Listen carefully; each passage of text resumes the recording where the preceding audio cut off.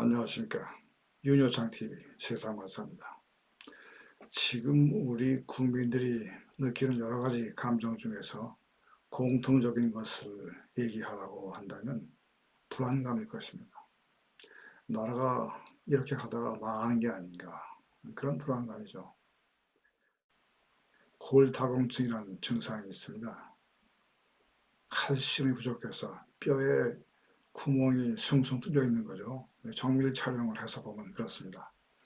그러다가 그게 심해지면 뼈대가 지탱을 하지 못하고 그냥 가라앉아 버립니다. 지금 우리나라가 꼭 그런 상황이에요. 이러다가 나라가 폭삭 망해버리는 게 아닌가라는 그 불안감을 많은 국민들이 가지고 있습니다. 한국 전쟁 이후 최대 위기라는 IMF 외환위기 때도 이렇진 않았습니다. 그때는 어떻게 해서든지 해낼 수 있다는 마음이 있었어요. 그런데 지금은 정부나 또는 정치권 아무런 대책이 없습니다. 그래서 국민들 마음은 지금 흔들리고 있고 우리 사회 전체가 흔들리고 있습니다. 지금 마치 상황이 어떤 사람이 밤에 혼자 있어요. 그런데 어디선가 발자국 소리가 그 사람을 향해서 점점 가까이 다가오는 듯한 그런 느낌을 받는 상황입니다. 밤이 되면 모든 게 불투명하기 때문에 사람은 낮보다는 밤에 더 위협을 느끼게 됩니다. 지금은 밤에 전기불이 있어서 환하지만은 옛날에 전구가 발명되기 전에 특히 원시 시대에는 밤이 되면 맹수들 위협에 항상 준비를 하고 있어야 했습니다. 그래서 사람은 밤이 되면 소위 야간 경계 모드 같은 것을 몸에 갖추게 되었습니다. 그래서 밤이 되면 조심해야 돼 이런 생각이 자신도 모르게 드는 거죠. 실제로 또 밤에 생명을 위협하는 범죄 같은 게 많이 발생합니다. 지금 우리나라 상황이 사람들 마음속에 이런 경계 모드가 작동되어 있는 그런 상황입니다. 사람의 마음 깊은 곳에는 거의 모든 사람이 다 그렇습니다. 어떤 종류의 알 수 없는 불안감이 존재합니다. 이것이 밤이 되면 우선 잘 보이지 않으니까 더 크게 느껴지고 또 가장 먼저 떠오르게 됩니다. 그렇게 함으로써 어떤 경계태세를 갖추게 되는 거죠. 낮에는 여러 가지 정보를 다 수집할 수가 있어요. 그런데 밤에는 그런 정보에 대한 명확도가 떨어지기 때문에 그 위험성이 또 불안감이 더 크게 느껴질 수가 있습니다. 지금 많은 사람들이 자신을 향해 다가오는 이런 불안감, 위협을 느끼는 그런 마음에서 밤에 잠을 제대로 못 이루고 있는 상황입니다. 밤중에 발자국 소리가 내게 가까이 들려올 때 일단 사람들은 부정적인 생각을 하게 됩니다. 지금 문제가 발생했는데 이거 어떻게 해야 되는가? 그리고 내게 이 문제를 해결할 힘이 부족하다고 느낄 때 두려움을 느끼게 되고 우리 몸 안에 내재해 있는 경계태세를 갖추려는 장치가 활성화됩니다. 그래서 문제의 원인을 알아내려고 하고 해결할 방도를 찾게 됩니다. 그리고 안전을 확보하기 위한 조치를 취해야 되겠다 하는 생각을 하게 됩니다. 지금 우리나라 상황이 꼭 이렇습니다. 밤처럼 앞이 안 보이는 상태입니다. 외국 언론에서 먼저 보도하고 있어요. 한국 경제는 끝났다. 한국은 지금 소멸해 가고 있는 과정에 있다.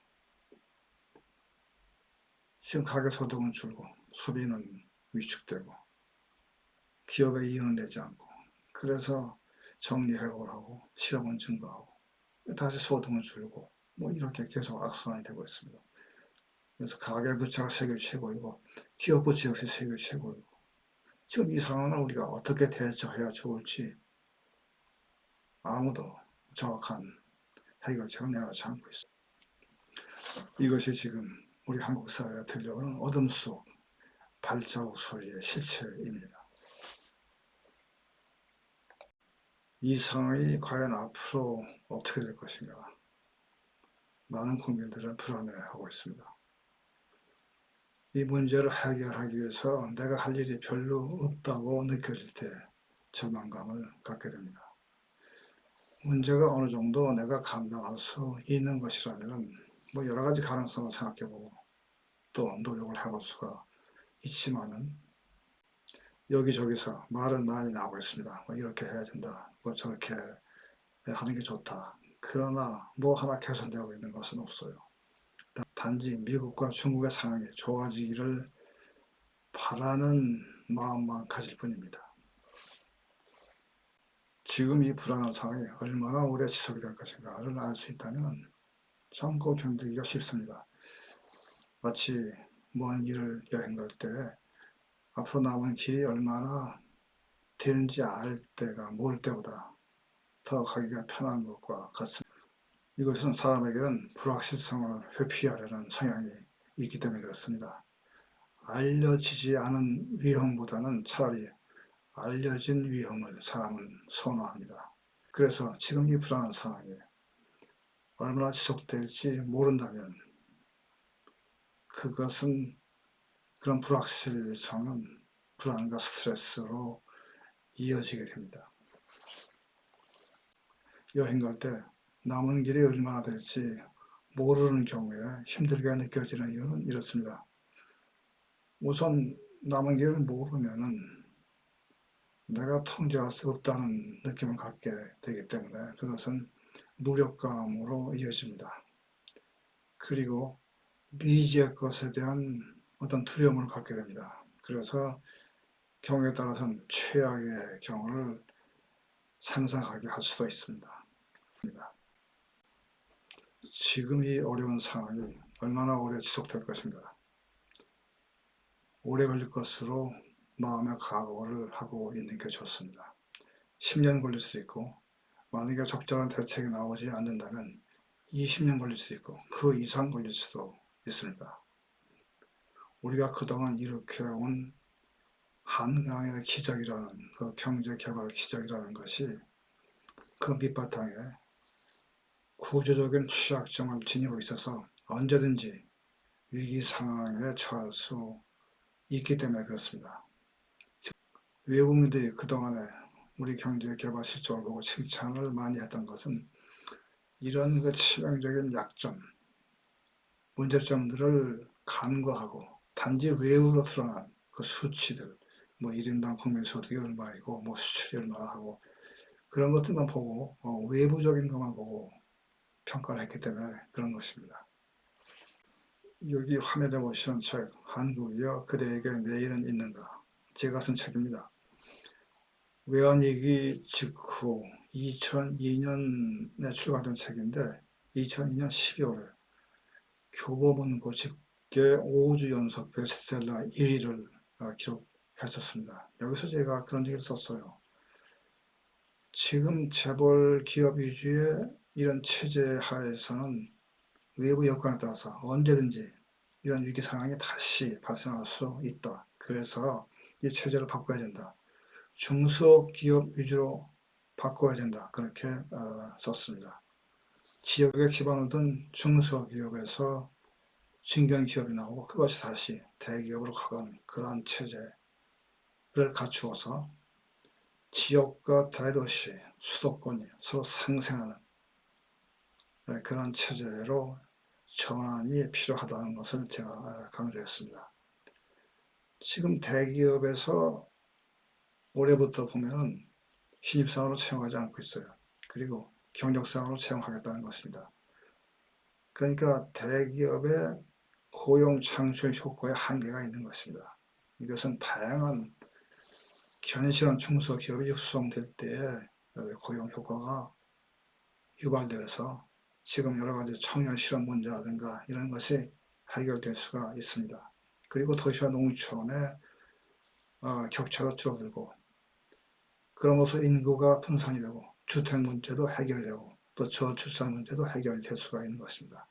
그래서 이런 상황으로 갈 때 우리가 희망을 가질 수가 있습니다. 계획을 잘 외워서 수행한다면 10년은 걸릴 것이고 만약에 그런 계획이 없다면 또 그런 노력이 없다면 이 지금 위기 상황은 장기화, 고착화될 수밖에 없습니다. 그래서 먼 길을 간다는 그런 마음가짐으로써 인내심을 갖는, 또 기다리는 자세가 필요합니다. 되기까지는 시간이 많이 소요가 되겠죠. 적어도 지금같이 어려운 상황에서 혼자라고 생각이 되면 상황이 더 불안해질 수가 있습니다. 사람은 다른 사람과 도움을 주고받는 사회적 동물이기 때문에 혼자라고 느껴질 때 감정적으로 약해질 수가 있고, 다시 이것은 건강 문제로 이어질 수가 있습니다. 다른 사람과 연결된다면 도움을 받을 수도 있고, 거기서 삶의 의미를 찾을 수가 있습니다. 누군가 내게 관심을 가지고 있다고 생각될 때 어려움에서 보다 쉽게 벗어날 수가 있게 됩니다. 앞으로 가야 할 어려운 길을 다시 여행길에 비유한다면, 동반자 갔을 때 낯선 지역에서 서로 정보를 공유할 수도 있고, 무슨 일이 생겼을 때 서로 도와주며 보다 안전하게 여행을 할 수가 있습니다.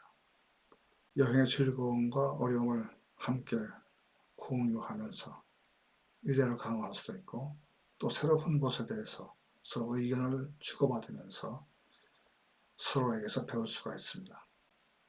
그래서 서로 격려해 줄 수 있는 사람이 필요합니다. 지금까지 말씀드린 것은 이 어려운 상황에서 개인이 어떤 마음의 자세를 가져야 할 것인가에 관한 것이고, 더 중요한 것은 정치 지도자의 역할입니다.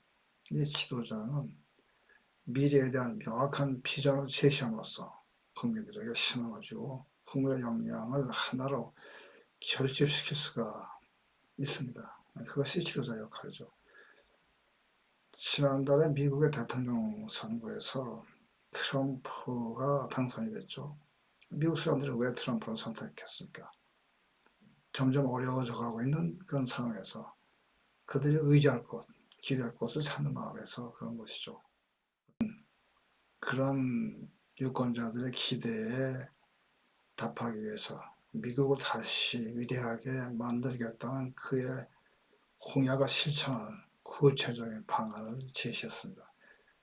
우리에게도 이런 정치 지도자가 필요합니다. 오늘은 여기까지입니다. 함께 해주신 시간 감사합니다.